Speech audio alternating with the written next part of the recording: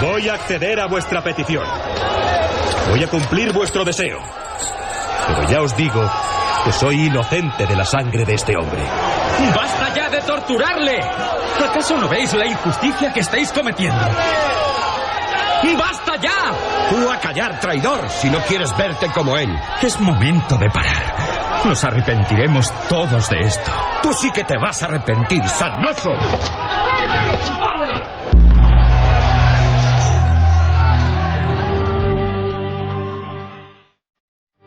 1:37. Aquí estamos, en esta fecha importante, clave, recordando cómo hacia el año 33 de nuestra era un hombre ensangrentado, un hombre portando una cruz, se dirigía entre la multitud al monte de la Calavera.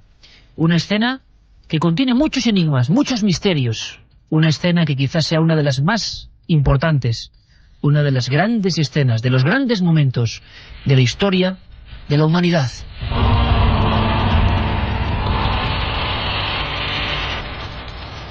Tuve la enorme fortuna hace unos años, con todo el equipo de producción maravilloso de la cadena SER, de poder escribir, sin ser ningún experto, por supuesto, la historia de la Pasión. Vamos a recordarla en pequeños fragmentos para intentar aderezar una noche que para mí es muy especial. Una noche en la que vamos a analizar desde el punto de vista de la investigación y el estudio histórico la Pasión de Jesús de Nazaret.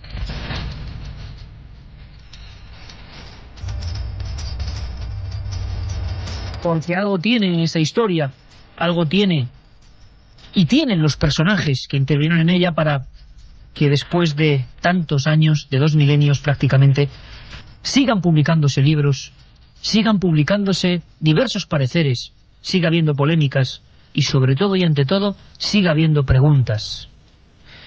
¿Qué pasó con Jesús de Nazaret en el Calvario? ¿Qué pasó antes de esa escena que hemos escuchado? ¿Cómo fue la noche de el huerto? La unción, que pasó desde luego en el mismo instante de la lanzada, por ejemplo. Las frases de Jesús de Nazaret: ¿por qué me has abandonado?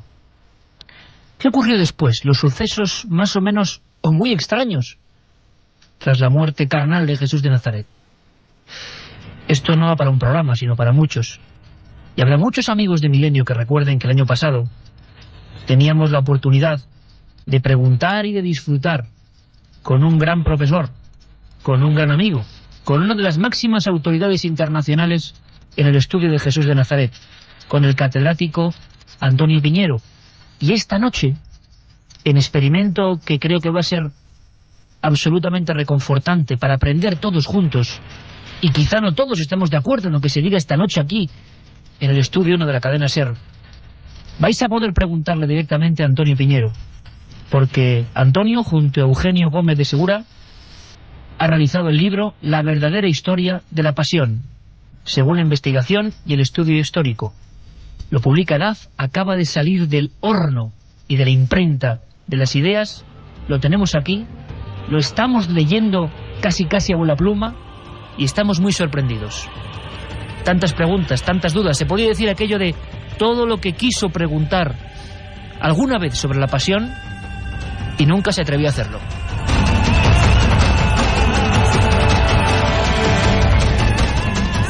Con Carlos Largo, Noel Calero, con estas músicas, evidentemente, de esa maravillosa película La Pasión, que nos van a meter en ambiente. Vamos a viajar en el tiempo. Vamos a hacerlo como si estuviéramos ahí, casi en el Gólgota. Carmen, buenas noches. Buenas madrugadas, Iker. Buena oportunidad, porque cuántas dudas, cuántos mitos, cuántas realidades y cuántas falsedades también parece que hay en el asunto de esas horas claves para la historia del hombre. Además, precisamente en estas fechas salimos a las calles a ver las procesiones y muchas veces no sabemos ni de qué se trata, ni qué se está representando, ni cuál es la verdadera historia de la Pasión. Esta noche vamos a intentar dilucidar esas preguntas que tantas veces nos hemos hecho y que no hemos conseguido respuesta de muchas de ellas. Abrimos líneas de contacto, Iker, para todas aquellas preguntas que quieran realizarnos y también, como no, las opiniones de los comentaristas de Milenio 3.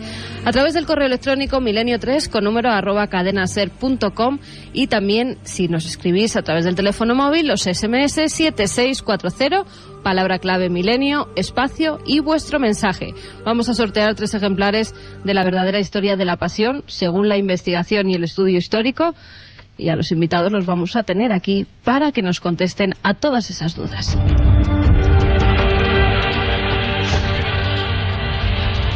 Y reconozco muy personalmente que yo me emocioné mucho acercándome a estas escenas de la Pasión, vistas con los ojos, no sé si ya deformados por la actuación del periodista o no, pero intenté imaginarme muchas cosas que yo ya no sé si pasaron así realmente o no.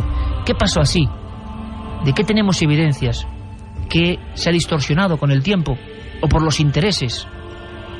Yo vuelvo a emocionarme recordando escenas como ese momento en que ese hombre que ha marcado la historia es vilipendiado, golpeado, y un momento que todos tenemos como un temblor casi colectivo cuando le colocan aquella corona de espinas, la corona, los clavos. Ahora hay polémica incluso internacional, vamos a cubrirla también esta noche, sobre supuestos hallazgos, siempre alrededor de Jesús, siempre alrededor de la Semana Santa, nuevas noticias, ¿verdad? Siempre ocurre. ¿Qué hay de verdad? ¿Qué hay de mentira? Comenzamos nuestro viaje, nuestro particular viaje hacia el corazón de la Pasión de Jesús.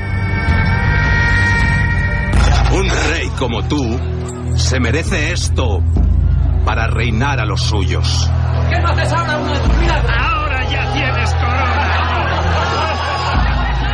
Por la Pascua tengo que librar hoy a un preso. Y creo que debería ser él. Ya bastante tormento ha tenido este pobre loco. ¿Cómo que loco?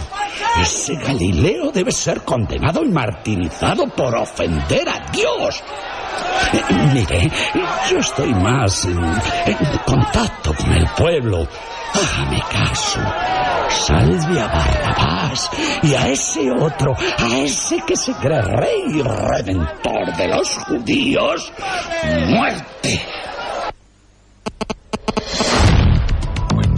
Cuéntanos algo desde el otro lado. SMS al 7640. Escribe la palabra milenio, espacio y lo que nos quieras contar. Comentaristas de Milenio 3. Siempre al otro lado.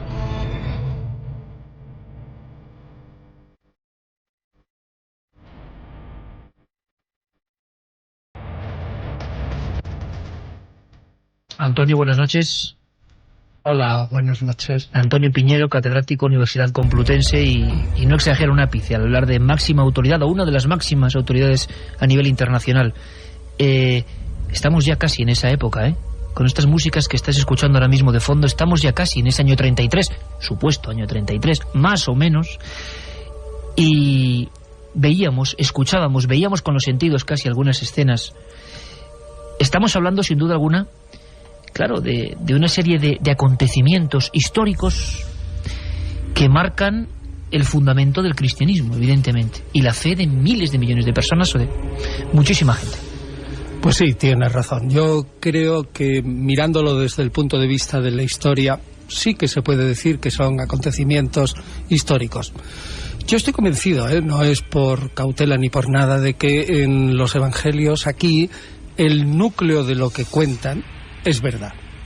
Ahora bien, después de que el núcleo haya sido aclarado, sí que quedan una serie de enigmas y de pequeños detalles que probablemente hayan sido un poco torcidos o incluso que sean una leyenda. Pues no sé, te diría un caso, por ejemplo, lo del lavatorio de las manos de Pilato, o el sueño de la mujer de Pilato diciendo que Jesús es inocente, o incluso que haya una exageración sobre todo por el cuarto evangelio, que presenta a Pilato como demasiado insistentemente declarando a Jesús inocente. Tú piensas que Jesús, para Pilato, que era el prefecto de Judea, era un individuo peligrosísimo. Si se hubiera establecido el reino de Dios que quería Jesús, ni Pilato, ni los comerciantes romanos, ni Tiberio, ni Herodes, ni los herodianos tendrían allí un lugar. Es decir, que hay algunos detalles que sí que conviene matizar. Pues vamos a hacerlo. La verdadera historia de la Pasión. Sorteamos esos ejemplares y bueno, yo estaba subraya que te subraya con mil cosas. ¿Dónde empezamos, no? ¿En qué punto de la historia? Porque la Pasión en realidad son muchas cosas. Antes de esa corona de espinas antes de esos insultos, de esas risas que escuchábamos, hay episodios muy importantes. Uno que contiene mucha mítica, uno que vemos casi dibujado, ¿no? Esto está claro, Antonio, que está dentro del inconsciente colectivo de Occidente, ¿no? La imagen, yo estoy recordando ahora una vieja pintura de Goya, no de las más conocidas, de Jesús en el huerto, que bueno, es que traspasa el cuadro, es algo tremendo, ¿no? Y vemos un hombre, yo no sé si desorientado, asustado. ¿Qué sabemos históricamente? Te metes ya en el meollo en tu libro, página 206. ¿Qué pasa en esa noche? Bueno, tan eso importante? Es una pregunta monumental, ¿no? Porque ahí sí que tenemos dos imágenes. O si quieres, una promisión. A que no encuentras en el cuarto evangelio esa escena. No está. Porque el cuarto evangelio presenta a un Jesús que va a la pasión como una especie de superhéroe o Superman que va entregando su vida porque quiere. Y sin embargo te vas a los otros evangelistas y te presenta Mateo, Marcos, Lucas a un individuo postrado en el suelo. Lucas lo presenta sudando sangre. ¿Con qué te quedas? ¿Cuál de las dos imágenes? Yo personalmente creo que la imagen de Mateo, Marcos y Lucas es la más auténtica. Es la que, aunque también tiene sus exageraciones, pues por ejemplo, fíjate que está operando con 3 veces se duermen los discípulos, 3 veces reza Jesús, es decir, el esquema literario de 3, pero si contrastas las dos cosas yo creo que tiene más razón, porque Jesús como hombre se sentía absolutamente abandonado, es decir, él temía que en principio su proyecto pudiera fracasar. Incluso algunos cirujanos y médicos aseguraron que esa cosa que nos puede parecer una de tantas leyendas, la pura fisiología de sudar sangre, era posible en un estado de estrés tan poderoso. Hombre, yo lo veo posible, pero hay una regla en historia antigua, y es que si lo cuenta uno solo de los evangelistas, tienes que ponerte un poquito a dudar. Y el único que lo cuenta es Lucas. Es decir, que le falta que lo cuenten los demás, que coincidan los demás. Bueno, pues ese es uno de los puntos en los que los historiadores tienen una cierta duda. ¿No habría exagerado aquí un poco Lucas para presentarlo como plenamente hombre? Ten en cuenta que ya Lucas ha pasado tiempo y presenta a un Jesús profeta y un hombre que es un modelo. ¿Y nosotros no tenemos también momentos de desánimo? Pues Lucas a lo mejor insiste en ese momento de desánimo de Jesús para que sea un modelo del creyente. Y a lo mejor ahí hay un poquito de exageración, quizás. Vamos a hacer un experimento, Antonio. No vamos a contestar, pero ve ya que el 7640 está absolutamente abarrotado de preguntas. O sea, en fin. Y simplemente lo que vamos a hacer con la voz de Carmen es vagar por lo que respira la gente, porque ese sistema de comunicación en una noche como hoy, tanta gente de vacaciones, tanta gente en una noche tan especial que también nos escucha, cuidado en la carretera, por cierto, siempre, y que esté oyéndote seguro muy atentamente. ¿Qué respira? ¿Qué preguntan? Aunque no contestemos ahora, vamos a hacer esa batería de qué piensa ahora mismo el público. Pues vamos con algunas de las preguntas. Hay muchas dudas, desde las más simples hasta verdaderas incógnitas en torno a la figura de Jesús. Nos dicen que por qué mataron a Jesús si él hizo milagros. Al menos eso cuentan las Escrituras. Hola Iker y compañía, sois geniales y mi pregunta es ¿qué manó del cuerpo de Cristo al clavarle la lanza? ¿Sangre o agua? Nos lo preguntaba Jorge de Úbeda.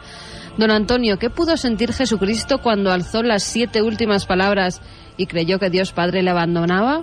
Gracias. Piluca desde Albacete dice, ¿acaso Jesús no es un mártir y un embaucador a la vez?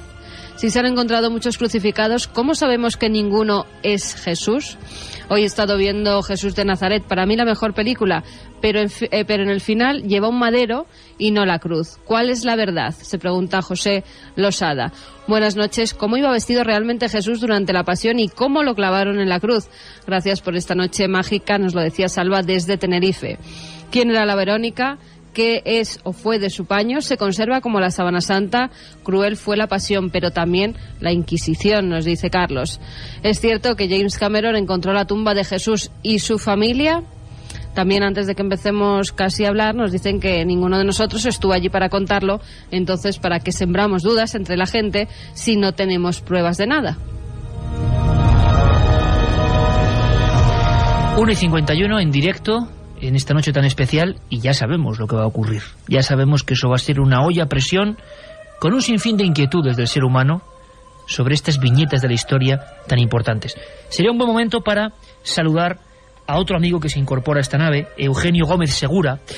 Él es licenciado en Filología Clásica y coautor de este estudio tan interesante que nos escucha desde La Rioja. Eugenio, buenas noches. Buenas noches. Estabas escuchando, imagino, a Antonio interesadísimo, porque es meternos. Estamos aquí en el siglo I, evidentemente ya.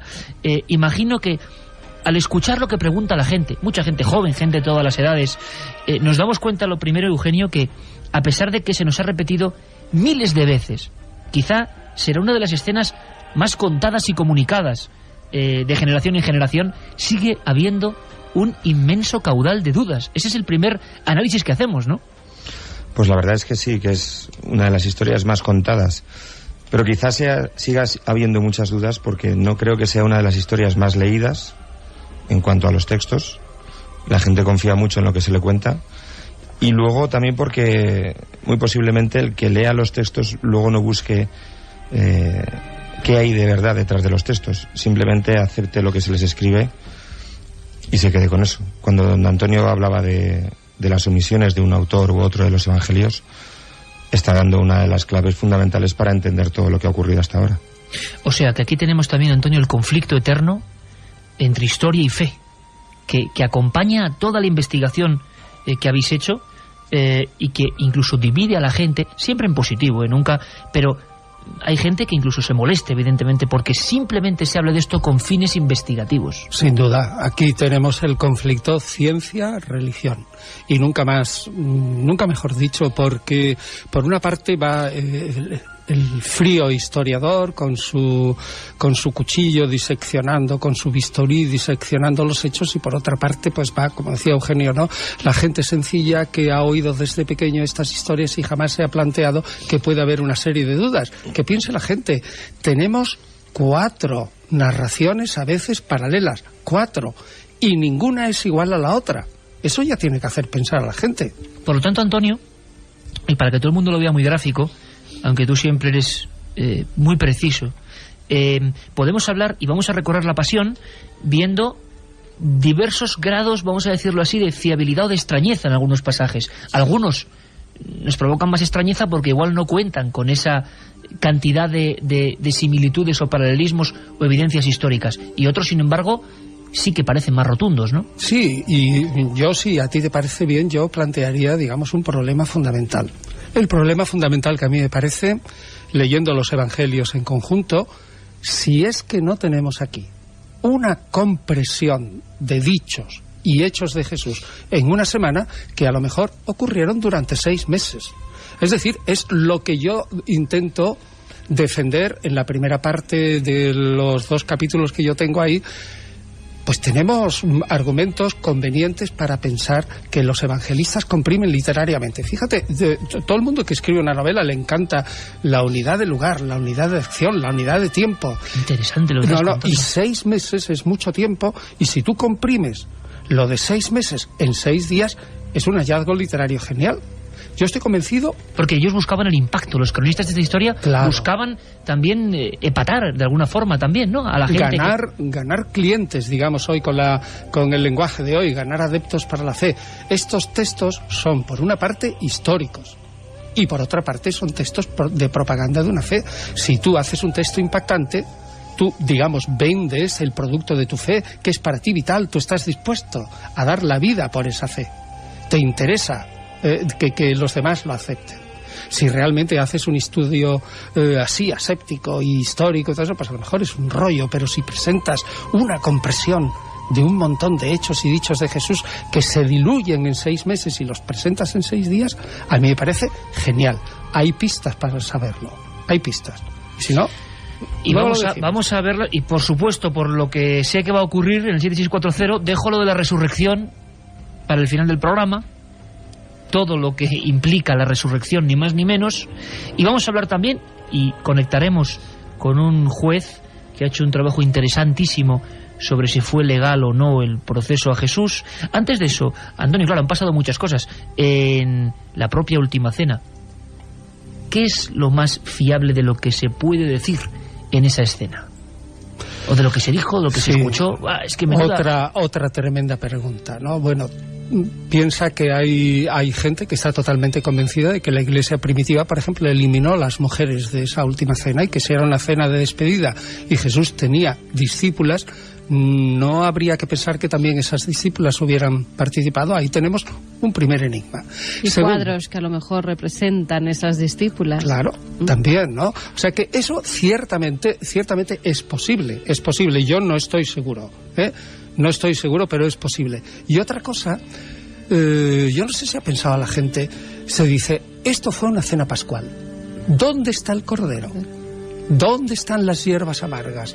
¿Dónde está el orden que tenían los judíos, que era absolutamente un orden fijo y ritual? ¿Qué significa eso? Esa pregunta misma. No, pero es que no hay cordero, no hay hierbas amargas, no hay cena pascual. Eso que lo piense la gente. A lo mejor resulta que estamos también en una narración que mezcla deliberadamente dos cosas. Una, la escena, digamos, una cena pascual, y otra, una cena de despedida. Caramba, ya solo por decir eso, Antonio, mucha gente, en fin, vamos a hacer lo mismo, porque en la hora que viene a continuación vamos a charlar largo y tendido. Me gustaría, Carmen, que este minuto fuese antes de las noticias, y luego volvemos, evidentemente, también sintiendo qué dice la gente. Me ha sorprendido mucho algunas preguntas y algunas cosas, incluso algunas acusaciones que surgen en el 7640. Contestaremos además algunas de las muchas preguntas que nos están llegando a esa vía de contacto. Manuel desde Granada nos dice, ¿cómo es que no hay nada escrito por Jesús? También nos pregunta Óscar, ¿es verdad que se crucificó a Jesús por debajo de las muñecas y no de las palmas? ¿Judas vendió a Jesús por envidia o por el contrario se lo pide Jesús por ser su discípulo más fiel? Se pregunta Lolo desde Madrid. El vídeo de la Sábana Santa del Discovery es lo más potente que he visto sobre algunos aspectos de la pasión. El negativo de la energía de la resurrección. Nos dice, quedó en la sábana. La vida de Jesús es una incógnita. Cuanto más te metes en ella, descubres cosas que se contradicen, nos dice Jessy desde Coruña. Si todo estaba escrito, ¿Jesús solo ejecutaba un plan divino donde todo era sabido? ¿Es posible que tuviera descendencia? Manuel desde Gijón nos pregunta si hay pruebas de que Jesús llevara la cruz y le ayudaran en el camino a cargarla. Ningún evangelio es superior a otro. Lo que dice uno lo complementa y otro simplemente se centra en otra información para que el lector tenga ambas. Estamos a la 1:59 de un 22 de marzo del año 2008 y el interés sigue siendo exactamente el mismo. Ahora continuamos. Milenio 3. Cadena SER. Un sonido. Una voz. Una investigación. Milenio 3. Iker Jiménez. Cadena SER.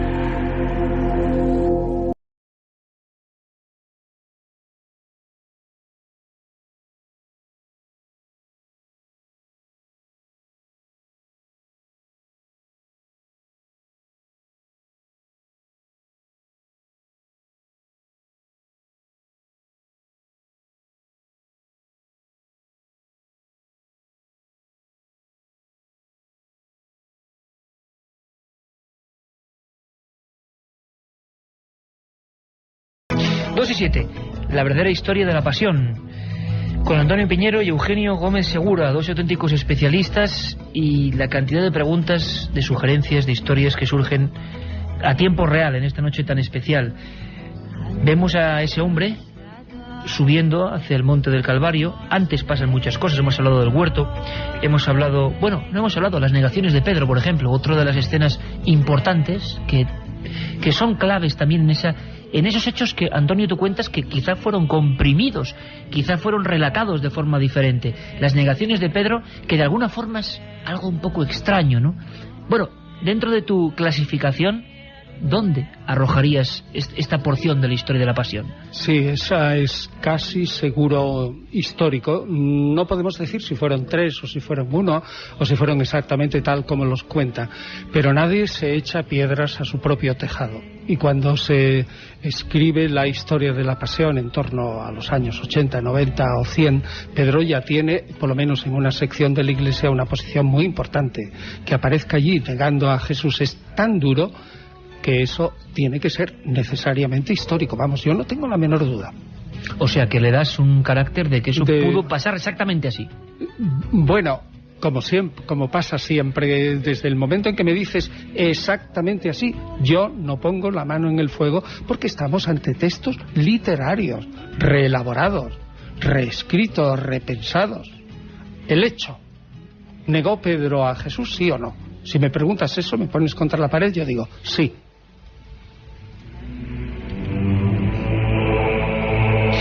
Vamos a hablar de otra de las escenas importantes, que estamos revisando nuestra propia historia más profunda, casi como individuos. No hemos crecido con esto. Hemos visto escenas desde muy pequeños, bueno, en la iglesia o en la tele o en los libros, los grabados. Están muy metidas dentro y a veces, como bien decía Eugenio, lo que pasa es que no las hemos examinado, o cuidado, no queremos examinarlas por temor a no sé qué, a que quizá encontremos sorpresas. Decía aquella famosa frase de quien busca la verdad corre el peligro de encontrarla realmente, ¿no? ¿Qué verdad hay aquí? Eugenio, hablamos, si te parece, del proceso. Hay quien ha escrito incluso, es el caso del juez que va a estar en unos minutos con nosotros, proceso a un inocente, y si fue legal o no el juicio a Jesús. Tanto hemos escuchado del juicio a Jesús. ¿Cuál es la escena, el momento, para ti clave, más importante, quizá más auténtico, más verdadero, o por qué no decirlo, lo que crees que puede ser una incorporación, no real, sino puesta ahí por otros motivos? Vamos al proceso de Jesús. A Jesús, perdón. A mí me parece que hay dos momentos, siempre vistos desde un punto de vista filológico de historiador, que son la puesta en libertad de Barrabás y el titulus, el cartel que se pone en la cruz. El titulus crucis. Sí, creo que son dos momentos que merecen una revisión, porque ya los investigadores más modernos, las ediciones más prestigiosas de los evangelios, en cuanto por ejemplo a la suelta de Barrabás, incluyen una variante en los manuscritos que es, no a mi modo de ver, el de muchos historiadores de los que yo he aprendido, determinante. Existe la posibilidad de que no se soltara a Barrabás porque fuera una encuesta pública de a quién soltamos, algo que al parecer no existía en esa época, sino que se hubiera aprendido a varios Jesuses, por decirlo así, y lo que se preguntará es a cuál tengo que soltar porque no es el malo.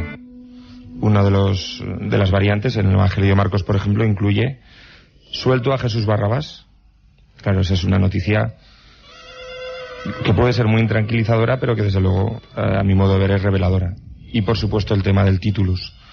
En el Evangelio de Juan, que tiene al parecer datos muy, muy antiguos, pese a que ha sido el último escrito, la incorporación de la noticia de los sumos sacerdotes diciéndole a Pilatos que no incluyera el título como Jesús de Nazaret, rey de los judíos, sino Jesús de Nazaret, que se dice o que dice ser rey de los judíos, y la respuesta de Pilatos, he escrito lo que he escrito, es muy reveladora también, porque lo que estaba haciendo Pilatos era someter a Jesús a un proceso legal romano. Hasta qué punto hubiera incorrecciones o fallos en el procedimiento, yo no soy capaz de decirlo.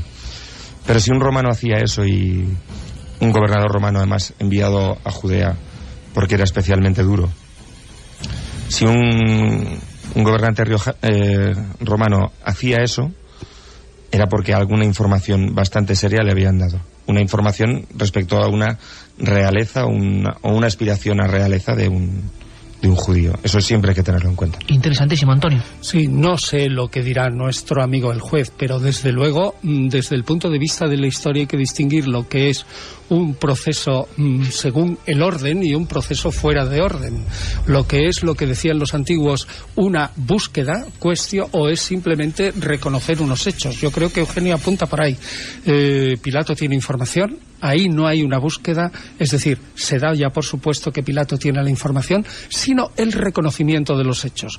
En el derecho romano de la época, el prefecto tenía el poder de dictar sentencia instantáneamente si los hechos presentados, según su opinión, eran absolutamente fuertes. Pues bien, los hechos que se le presentaban a Pilato era que este individuo, Jesús, iba por ahí diciendo que no había que pagar el tributo al César. Dirá alguno de los que nos oyen, pero ¿cómo está usted diciendo eso? Pues que contrasten la visión del capítulo 11 de Marcos con el capítulo 23 de Lucas y verás como Lucas dice claramente por boca de los acusadores que Jesús iba diciendo eso. A un prefecto que le dicen, y luego el hecho del templo. La acción del templo es totalmente histórica. Eso produjo un desorden de orden público absolutamente claro. Pilato tenía delante los hechos y por lo tanto tenía que juzgar sobre hechos. Y podía hacerlo en un instante. Proceso Jesús, ni más ni menos. Estamos hablando de la verdadera historia de la pasión, según la investigación y el estudio histórico. Catedrático Antonio Piñero y Eugenio Gómez Segura, licenciado en Filología Clásica. Y si son invitados de excepción, pues qué decir también de José Raúl Calderón Peragón, que hizo un libro interesantísimo, Proceso a un inocente. Y se pregunta, ¿fue legal el juicio a Jesús? ¿Fue legal el juicio a Jesús? José Raúl, buenas noches. Hola, buenas noches. ¿Qué tal? Vaya tema. ¿Y en qué momento, verdad? Interesantísimo. Tú dedicaste una obra monográfica desde tu posición, evidentemente, de privilegio y de conocedor de lo que ocurrió. Y te vienen ahora cientos de miles de amigos. ¿Puede responder realmente a esa respuesta? ¿Fue un juicio legal? ¿No lo fue? ¿Cuáles fueron las anomalías más importantes en ese momento de la historia? Sí, bien, efectivamente yo hice, y de ahí la obra del proceso un inocente, y ese, digamos, subtítulo, ¿fue legal el juicio a Jesús? Yo mantengo que efectivamente se cometieron serias irregularidades procesales. Si retomo un poco las palabras que ha dicho los contertulios, tanto Eugenio como Antonio, se apuntan algunos datos interesantes. Yo parto de que distingo claramente que hay un doble proceso al Galileo, teniendo en cuenta que yo al Galileo efectivamente lo veo como a una persona, a un hombre de a pie, no el Hijo de Dios, que debe de morir para redimir al hombre del pecado. No, yo analizo desde el punto de vista exclusivamente judicial de un individuo, a la persona efectivamente que se le detiene, quién ordena la detención, quién está detrás de esa detención, cómo se presenta ante una autoridad religiosa judía, cómo se le imputa un delito, cómo ese delito que se le imputa de la blasfemia necesita posteriormente de una confirmación de Roma, cómo se cambia la imputación, es decir, pasa de ser un blasfemo, como bien ha dicho Antonio, y para que conozca Roma se le empiezan a imputar un delito, un ilícito pedernal de naturaleza política, es decir, pasa a ser una persona que es un sujeto peligroso, Es decir, el no pagar tributo al César, el que va moviendo a las masas y prácticamente levantando al pueblo, hace que casi roce el delito del asedicio. Y como bien dice Antonio, es cierto, él estaba revestido de una facultad y una potestad que era el ius gladi. Es decir, tenía en sus manos tanto el absolver como el condenar directamente ante este proceso que era la cognitio extra ordinem, donde una mera información, una mera prueba y un proceso, como hoy podríamos calificar de un enjuiciamiento de un delito rápido, pues le podía dar la facultad inmediatamente de absolver y condenar, ¿no? Entonces, yo, por lo que se refiere al primero de los procesos, el proceso judío, teniendo en cuenta que estamos ante un derecho consuetudinario, que como después yo supongo apuntará también Antonio, efectivamente, que luego sería el Talmud, etcétera. Bueno, yo considero que aplicando en el tiempo ese derecho consuetudinario se cometieron algunas irregularidades procesales en lo que después sería el derecho positivo ya una vez codificado. Es decir, el hecho propio de la detención, el hecho de cómo se le imputa un delito prácticamente con una prueba testifical, unos testigos que comparecen y se contradicen entre sí, cómo se hace todo el proceso durante la noche sin esperar la luz del día, se le presenta maniatado, golpeado, y sobre todo cómo se le imputa un delito de blasfemia prácticamente empujando a que él se autoinculpe. De ahí que se tenga que presentar posteriormente para Roma, y que Roma haga todo lo posible por confirmar, por autorizar esa pena capital del delito de blasfemia. Pero visto lo visto, no consiguiéndose, de una forma muy breve, ya ves, en la exposición, pues hay que cambiar la imputación para que Roma conozca y se asegure, por tanto, esa pena capital. Hay que imputarle unos delitos, un ilícito de naturaleza política.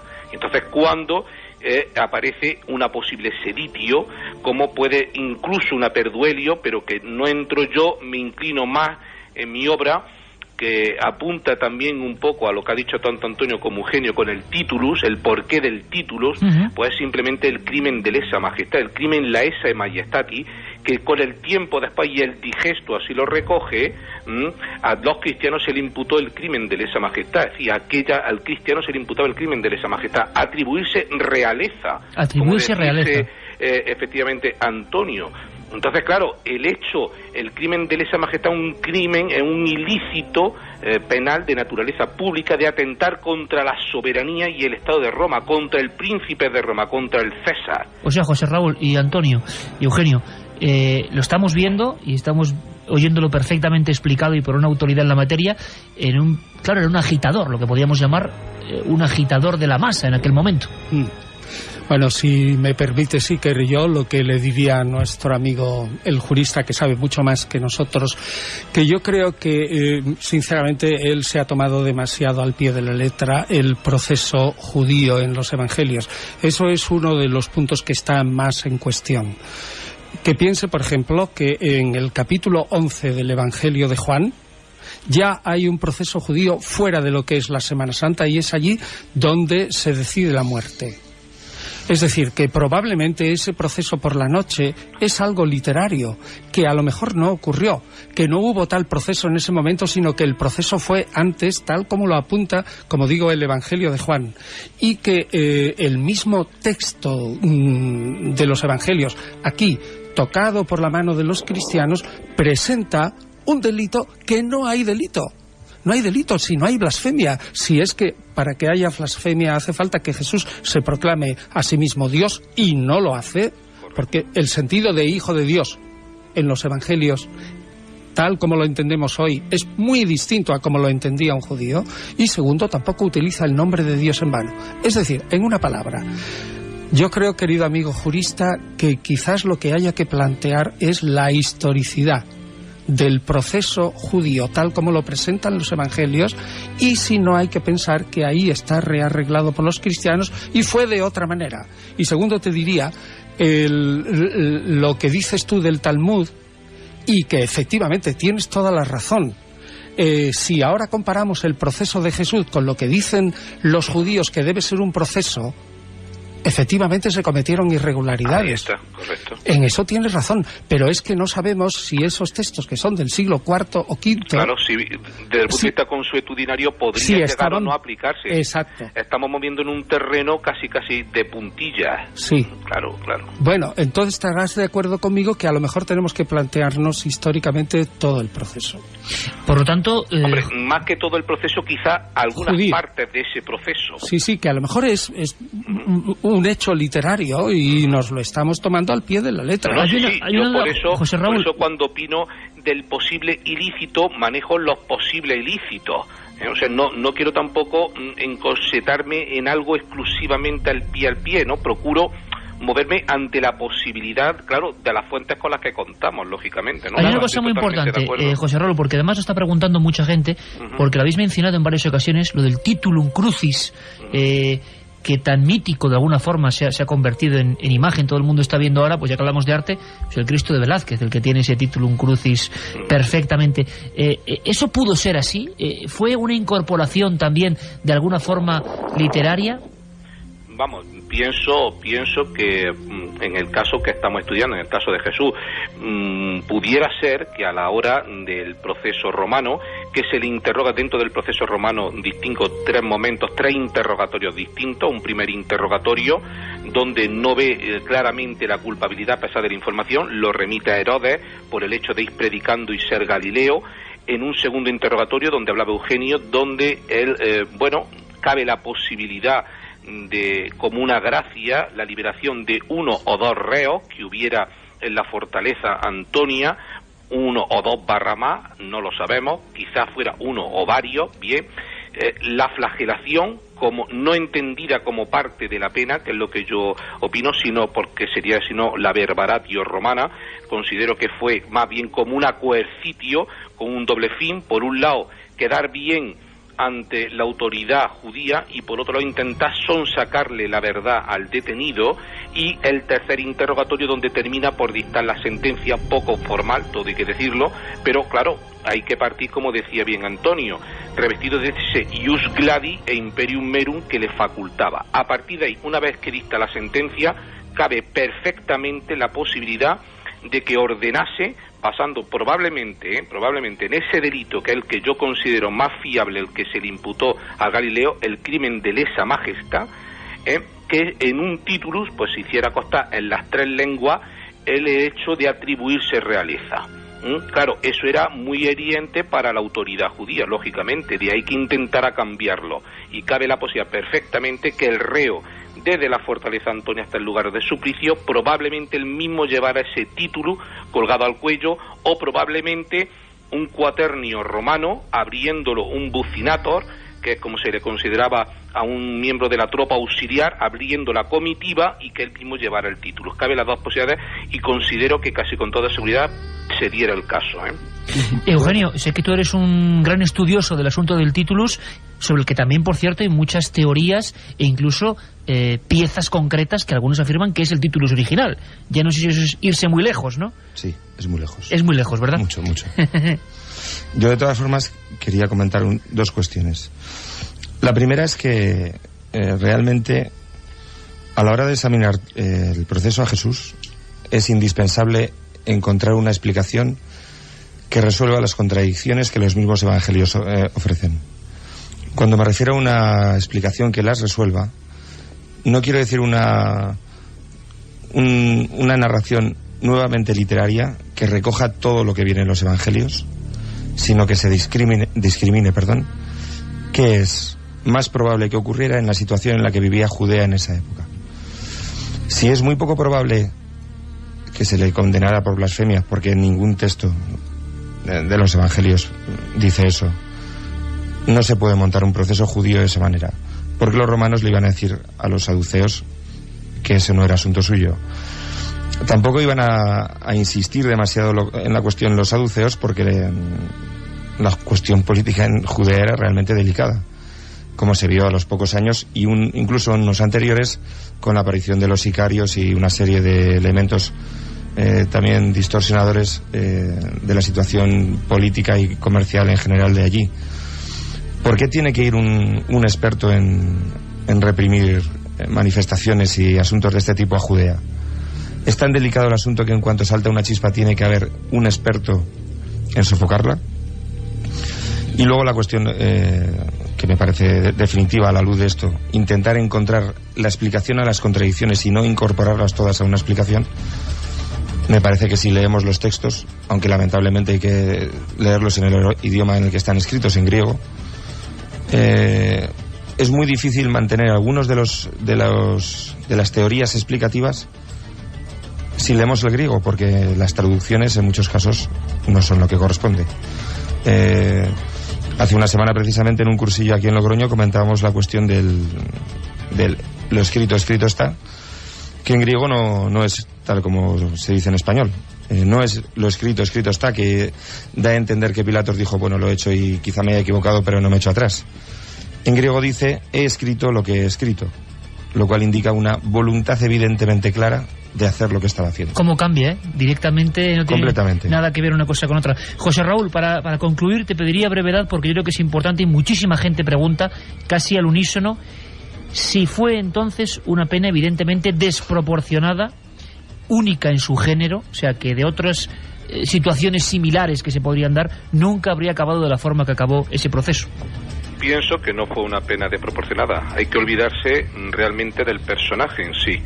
Yo creo, y de hecho es lo que considero en la obra, que bueno, se trató del personaje que se trató, pero en el caso de Pilato estaba juzgando a uno más, y él tenía la facultad de haberlo absuelto como de haberlo condenado, y así lo hizo.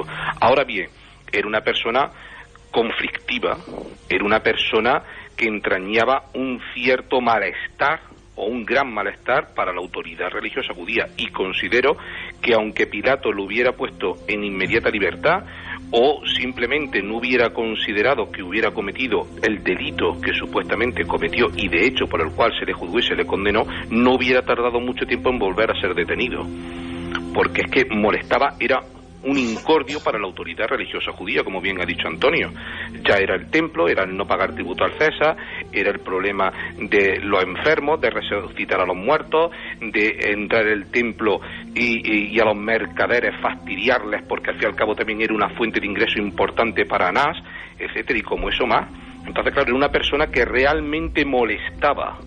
Y aunque se intentó por la vía de la autoridad religiosa judía con un delito de blasfemia y posteriormente intentar por la vía, y es como dice Eugenio, y prácticamente lo ha dejado también caer, en el primer interrogatorio a Pilato no le interesó. Es una cuestión religiosa, eso es asunto vuestro, y de hecho no le interesó. Ahora, cuando ya presenta al detenido, no por una cuestión religiosa, sino por una realmente cuestión política, como una persona peligrosa para el Estado de Roma, entonces ya la cosa cambia, Pero aún así considero que la condena no fue desproporcionada, respondía a lo que respondía, y él aplicó la facultad, la potestad de la que estaba revestida, porque no era solamente el prefecto y el tener por tanto una facultad y una potestad de ámbito militar, es que también tenía la administrativa y fiscal, porque podía recabar tributos, y junto con ella la judicial, el imperium merum y el ius gladi, con lo cual podía perfectamente absolver como condenar. No lo fue. Ahora, centrándonos en el personaje, fue uno más, ni más ni menos. Para el cristianismo, claro, la figura de Jesús, y hasta ahí estamos, pero una vez dicho esto, considero que si esa persona no se le condena, se lo hubiera absuelto o bien se lo hubiera puesto en inmediata libertad, porque se presenta un detenido que no ve cargos, no lo ve, lo pongo en libertad, o bien después de ese proceso considero que no está lo suficientemente probado, no hay una prueba de cargo, pues inmediatamente lo pongo y lo absuelvo. José Raúl Calderón Peragón, juez, pues de verdad muchísimas gracias por aclararnos una serie de conceptos que mucha gente los tiene todavía ahí en duda, y estoy seguro que ha sido una luz interesante en esta noche tan especial. Un abrazo grandísimo, amigo. Un abrazo.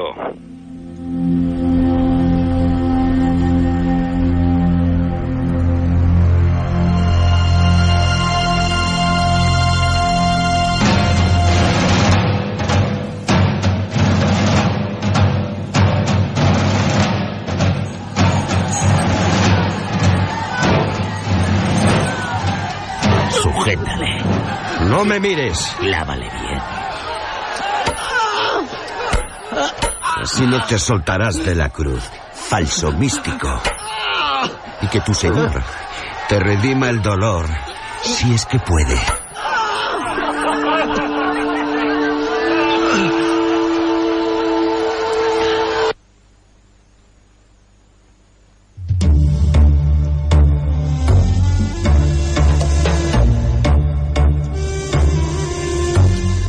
Vamos con preguntas de nuestros comentaristas. 7640. Y ahora Antonio Piñero contesta.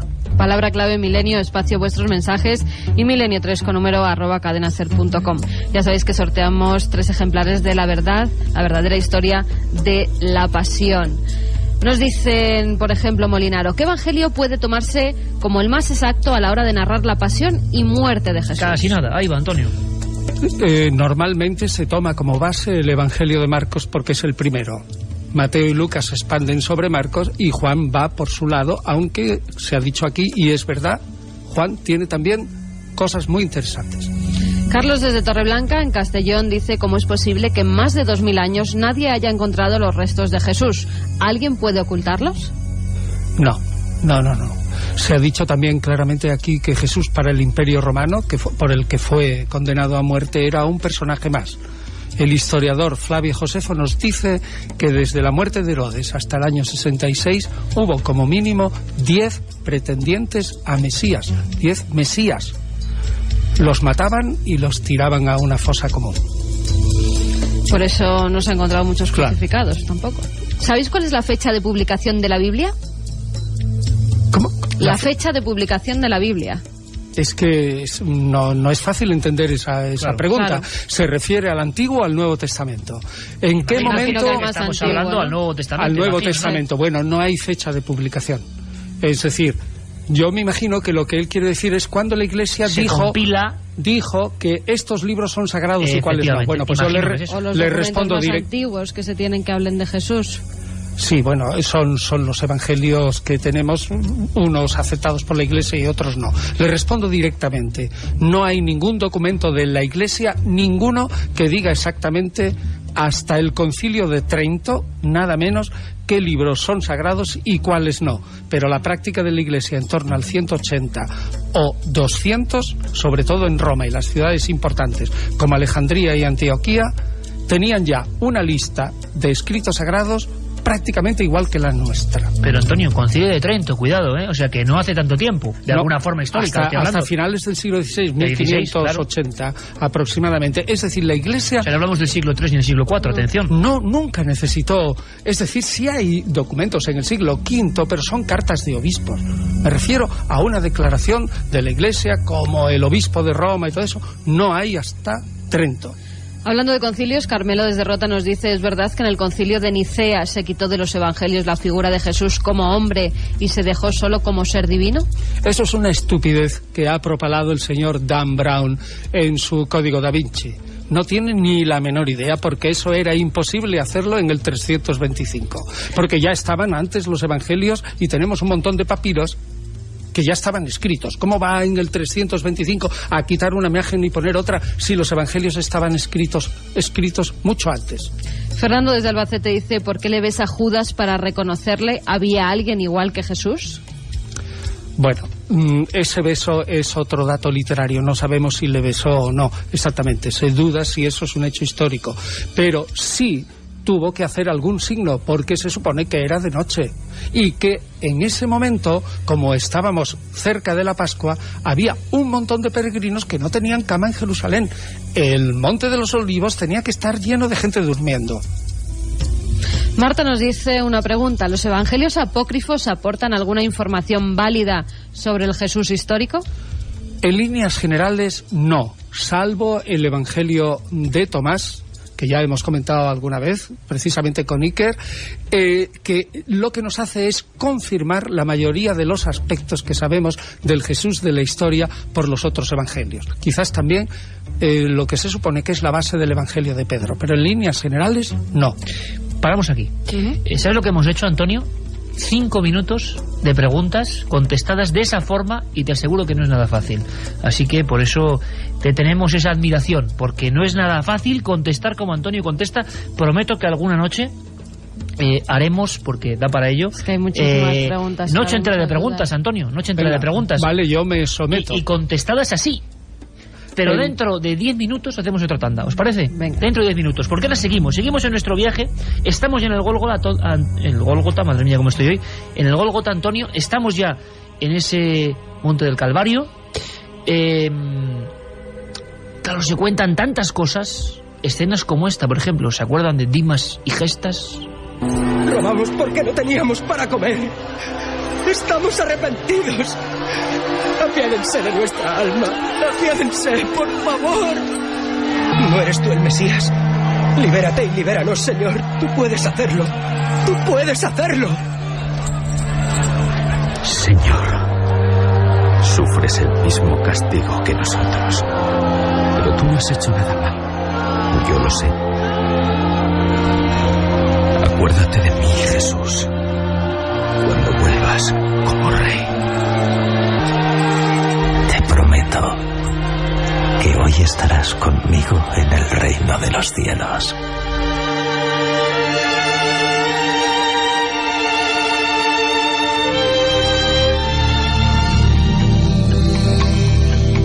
Dos y 37. ¿Cómo estamos disfrutando, Antonio? Jesús en la cruz.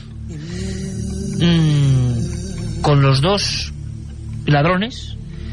Esa escena, tantas cosas que se cuentan. ¿Con qué nos quedamos? ¿Con qué momento? ¿Qué se ha podido...? Bueno, tú hablas hasta incluso Simón de Cirene, cuando ayuda con la cruz, ese recorrido, que luego, cuando se ve en la situación física real, claro, uno se ha imaginado tantas cosas, todo parece más reducido en lo real, ¿verdad? Parece que todo ocurrió con distancias mucho menores. También hay una deformación en ese aspecto por la grandiosidad que se ha dado a los hechos, y cuando uno va y dice, caramba, claro, aquí está el lugar, ¿no?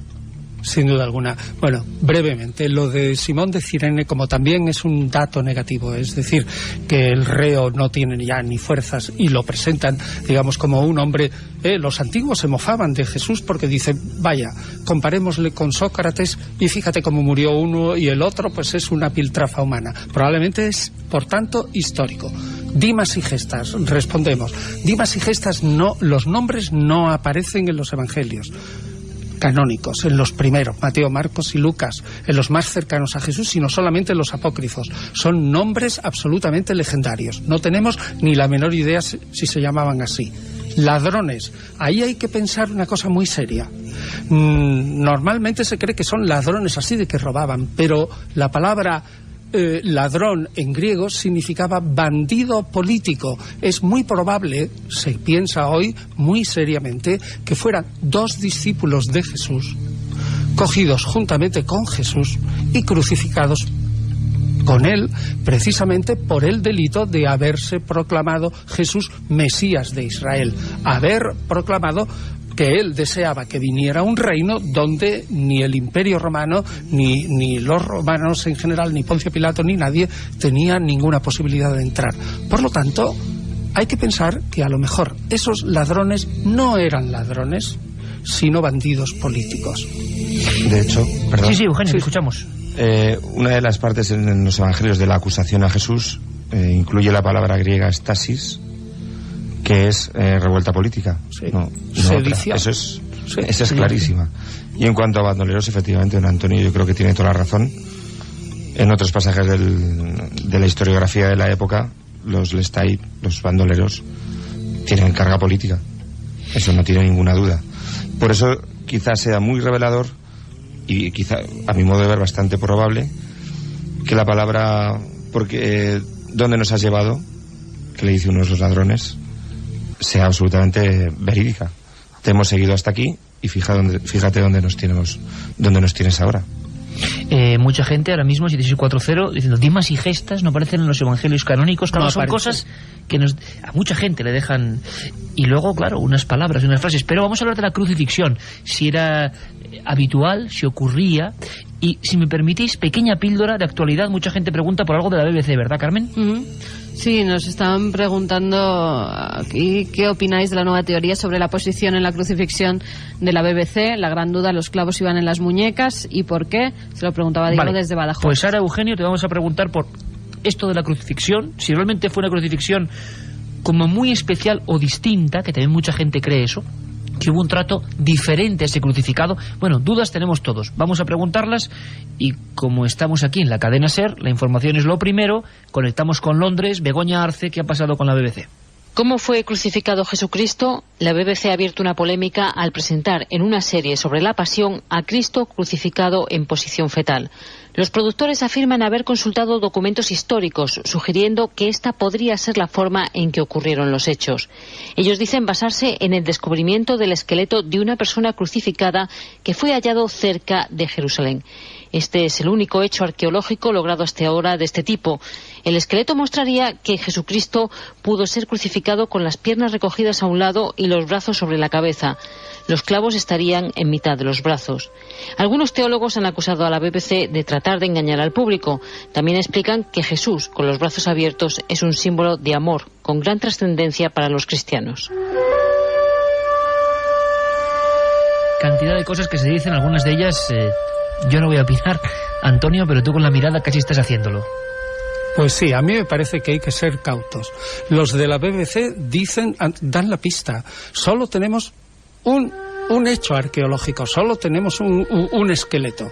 Entonces, si solamente, por ejemplo, Atilio Varo, después de la muerte de Herodes el Grande, en la estasis que ha dicho Eugenio en esa sedición, pero si crucificó a 800. Luego sabemos que en otro momento se crucificaron de un golpe a 2000. ¿Cómo de uno solo? Vamos a decir, probablemente es este. Lo más cauto y prudente es decir, no lo sabemos. Lo único que pasa es que la BBC hace un vídeo sobre un tema, la crucifixión de Jesús, y quiere presentar algo original.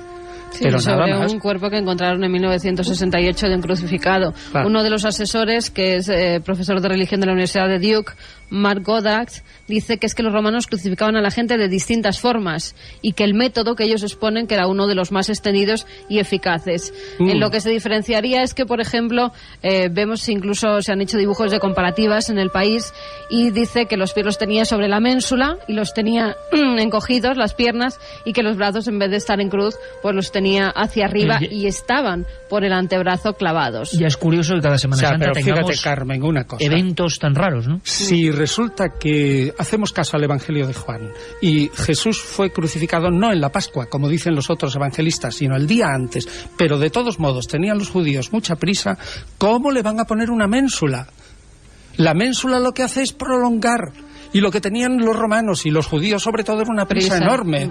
Es decir, que eso que dice la BBC es un sistema muy probablemente buscado para que la muerte sea mucho más lenta y dolorosa y mucho más larga en horas. Y lo que les interesaba a los judíos era quitar el cadáver de en medio porque se avecinaba la fiesta. A mí me parece sumamente improbable si admitimos que la fecha de la muerte de Jesús es la fiesta de la Pascua, eso que dice la BBC, no lo creo. Eugenio, fue tan distinta, hubo un trato diferenciador de alguna forma a ese reo, a Jesús de Nazaret. Se ha hablado de muchas cosas, ¿no? Vamos a escuchar de alguna forma frases que son importantes y que vamos a ver qué opináis, pero la lanzada, el no quebrarle las piernas, se ha hablado mucho de que se quebraba las piernas y a Jesús le respetaron no quebrándole las piernas. Bueno, en fin, de este batiburrillo de informaciones, ¿con qué te quedas? ¿Qué hay que llame la atención realmente del estudioso? ¿Fue tan distinta la crucifixión de Jesús? ¿Le trataron de forma diferente? Yo realmente me quedo con otra cosa totalmente distinta. Es tan importante saber todo esto porque da la impresión de que tenemos una tradición iconográfica concreta que simplemente puede ser alterada por algunas informaciones arqueológicas o algunas pistas arqueológicas. Si para los cristianos este hombre fue crucificado y eso es lo más importante, vamos a estar midiendo las cotas de dolor que pudo alcanzar o no. No sé, da la impresión de que es una forma de marear a los creyentes o a los no creyentes con laberintos que no van a ningún lado. Pudo ser de una manera, pudo ser de otra. Tal cantidad de crucificados por tal cantidad de romanos crucificando, ¿permite tener un sistema único de crucifixión? ¿Pudo encontrarse en una zona del imperio una herramienta más útil para la tortura? Porque la crucifixión era torturarse, era una forma de muerte crudelísima. O simplemente en otros sitios tenían mucha prisa. Que crucificaran por lo menos, como parece, a dos más con Jesús. ¿Podrían tener alguno más si quisieran, como dice don Antonio, apresurar la cuestión? Es que realmente no me parece para el cristianismo no me parece una cuestión vital. Más bien podríamos... yo creo que hay que estar a la espera de lo que diga la arqueología, como en este caso como herramienta fundamental, puesto que los datos no son muchos en los evangelios, y simplemente esperar, y cuando sepamos más, pues aceptar la postura más verosímil. Vamos a un documento que también de alguna forma levanta diferentes polémicas, y es este instante que hemos recogido. Por supuesto que hay 1000 historias para contar de la pasión y que estamos sobrevolando un poco la escena. Escucha muy atento, Antonio, porque de esto también hay muchas preguntas, y empezamos otros minutos de posibles cuestiones para Antonio Piñero. ¿Qué significaba en ese momento esto, si esto fue exactamente así? Perdónale, Señor, porque no saben lo que hacen. No hay culpa en la ignorancia.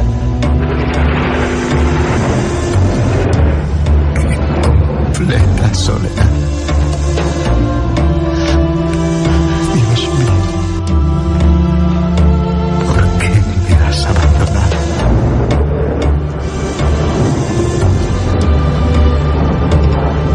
Padre,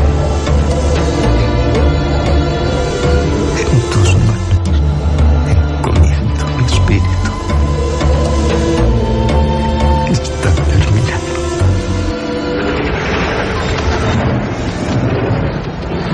Del costado sale sangre y agua. Agua del corazón. Es un milagro. Es un verdadero milagro. La verdad es que recordamos con mucha emoción la interpretación de los amigos del equipo de producción de la cadena SER, que hace ya 3-4 temporadas pude escribir esta obra sobre la pasión, y así la interpretaron. Pero esto ocurrió así, Antonio, y si ocurrió así exactamente, y es la primera pregunta que yo te lanzo directamente, ahora vienen muchas más, ¿qué significa? Bien, aquí lo que se nos ha presentado es una mezcla de lo que dice Jesús según los 4 evangelistas. Brevemente, perdónales porque no saben lo que hacen, es del evangelista Lucas, y yo creo que ese es típico del estilo de Lucas, y es casi la inmensa mayoría de los estudiosos creen que eso no es histórico.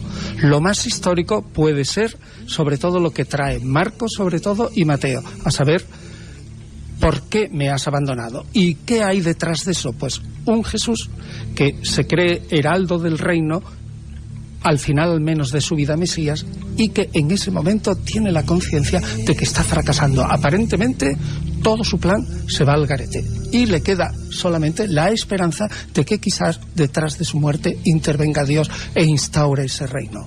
Así que, ¿qué hay detrás? Pues que Jesús en ese momento se sentía totalmente desamparado y fracasado en su propósito. Es decir, no había venido el reino de Dios como él había anunciado. Vamos, si te parece, Carmen, con preguntas e incluso algunos hallazgos sobre la sábana santa a nivel de estudios de cirujano. Podíamos abordarlo mañana mañana sí que os lo comentamos. Porque hay noticias muy interesantes. No os perdéis mañana la conexión, porque un cirujano tiene nuevos datos sobre la sábana santa. Pero es tan interesante lo que estamos hablando de este aspecto concreto de la pasión, no ya de las supuestas reliquias como la sábana santa, que seguimos por esa vía. Más minutos de preguntas con Antonio Piñero. Vamos con los mensajes del 7640, palabra clave milenio, espacio y vuestras opiniones, y en este caso vuestras muchas preguntas. Nos dicen: saludos, os escuchamos desde hace años. Esta es nuestra pregunta. Se dice que María estaba allí durante la crucifixión, pero ¿dónde estaba su padre, José?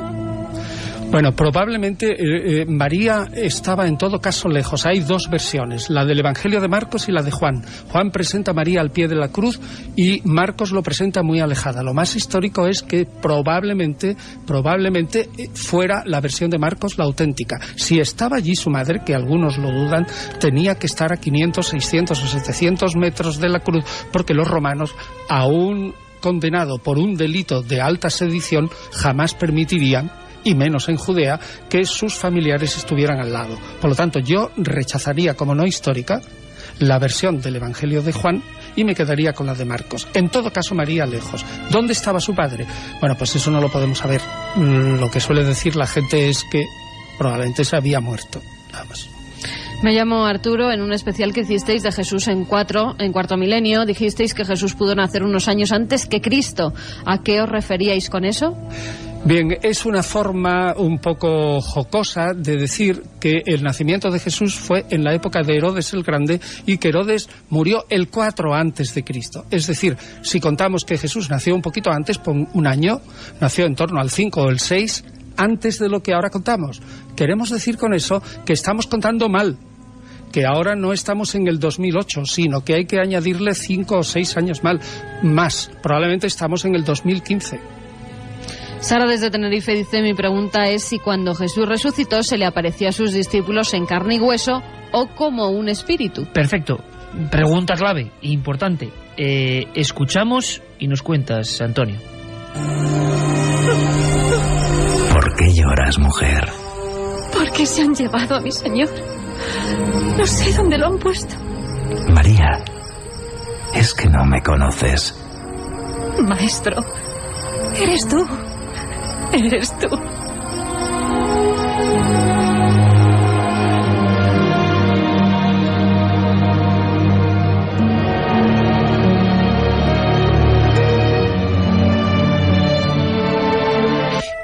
brevísima ráfaga que muestra una historia. Quizá la gran clave, lo decíamos al principio de este repaso, de este trabajo de Eugenio Gómez Segura y Antonio Piñero, elemento fundacional y de alguna forma fundamental también de la creencia cristiana, la resurrección de ese individuo, y que luego se aparece, no se aparece, lo ven, no lo ven, lo ven en carne mortal, lo ven en forma etérea. No tenemos mucho tiempo, pero menuda cuestión, Antonio. A día de hoy, ¿qué piensan los especialistas, o tú en concreto? Bueno, lo primero es que las apariciones y la resurrección no forman parte de la historia. El historiador solo trata de hechos que pueden ser comprobables, y una resurrección y una aparición no lo es, y un hecho repetible. Y una resurrección y una aparición tampoco es un hecho repetible, al menos para que lo observe el investigador. Segundo, hay una gran contradicción en la tradición cristiana. El Evangelio de Juan, que es lo que se ha citado aquí, en el capítulo 20, que es lo que es la aparición a Jesús, a María Magdalena, hay una tradición que presenta que la primera aparición es a María Magdalena. Pero ¿qué dice Pablo? ¿Qué dice el resto de la tradición? Que la primera aparición es a Pedro. ¿En qué quedamos? Es decir, desde el punto de vista... ¿Cómo puede haber una...? Pues es relativamente sencillo, porque la resurrección y la aparición son eventos internos. Es decir, que los cristianos estaban absolutamente convencidos de que Jesús ha resucitado, lo sentían todos, pero cada uno lo expresaba de su manera, y por eso las tradiciones son contradictorias. Si ya tenemos dudas de algunas cosas de la pasión, las contradicciones en los relatos de la resurrección son tan grandes que la inmensa mayoría de los historiadores, pues hombre, no le dan crédito. Eugenio, ¿estás de acuerdo? Pues sí, porque realmente las discrepancias en los textos que tratan la resurrección son enormes. De todas formas, en este aspecto hay que mirar un poco el mundo grecorromano, porque había algunos resucitados, pero también hay que mirar un poco los propios evangelios, porque cuando se habla, por ejemplo, de la historia de Juan el Bautista, y se refiere la amenaza que veían los judíos respecto a Jesús, se dice que se pensaba que Juan el Bautista había resucitado, que Jesús era Juan el Bautista resucitado. Por supuesto, tenemos el mismo problema de veracidad histórica respecto a la resurrección del Bautista que la de Jesús. Pero yo quiero apuntar nada más con este dato, que parece que no era muy extraño pensar que la gente resucitaba en aquella época. O sea, que estaba en el contexto sociocultural. En el mundo grecorromano. Qué interesante apunte, Eugenio, porque tendemos siempre a ver las cosas con la visión actual del siglo XXI, de este año, y hay que ponerse en el contexto exacto, donde la resurrección no era algo que espante o que suene tan extraño como en la creencia popular de aquel momento. Vamos con las preguntas, Carmen. Oye, tampoco en el siglo XXI. ¿Cuánta gente hay que cree que Elvis ha resucitado? Bueno, sí. Hay un montón. Sí, hay muchos. Bueno, de Hitler no se encontró el cadáver y siempre hemos oído que estaba vivo. Que estaba vivo. Bueno, sigue, Carmen. ¿Se sabe cuánto tardó en morir Jesús? Bueno, estrictamente no lo sabemos también, porque aquí estamos ante hechos literarios. Se suele decir que unas 3 horas o algo así, pero bueno, estrictamente no lo sabemos. También preguntan por qué los apóstoles estaban asustados. Porque Roma estaba detrás. Claro, cuando uno tiene un imperio en ese momento no había 30 legiones, pero por lo menos había 4 cerca de Judea. Cuando tú tienes 4 legiones, cada una aproximadamente, contando las tropas auxiliares, con 30.000 hombres... Como para no asustarse. Nos preguntan también sobre vuestra opinión sobre el Evangelio de Judas. Bueno, yo he editado el Evangelio de Judas en castellano y lo he comentado. Ese es un escrito probablemente del 150. No conservamos el original, solo la versión copta.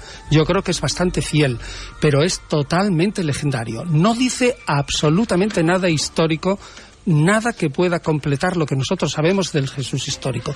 Vale para la historia de la gnosis y para la historia de las ideas cristianas, pero no para la historia de Jesús. Es curioso porque además recuerdo a Antonio hace 3 temporadas en Cuarto Milenio hablando del Evangelio de Judas. Ese cada Semana Santa hay un hallazgo que intenta empatar todavía más, y bueno, hay algunos muy interesantes que se mezclan con historias tan raras como esta de la BBC o de la tumba de Talpiot. Es curioso, ¿no?, la mezcolanza. Bueno, siempre cuando llega Semana Santa hay muchos poderes poderes ahí fácticos y comunicacionales que quieren dar documentos. No dice la gente serpientes de verano, noticias de verano, pues habrá que acuñar algo para Semana Santa. A ver, ¿qué acuñas? Pues yo qué sé. Serpientes sagradas, no sé. De Semana Santa. Pascuales.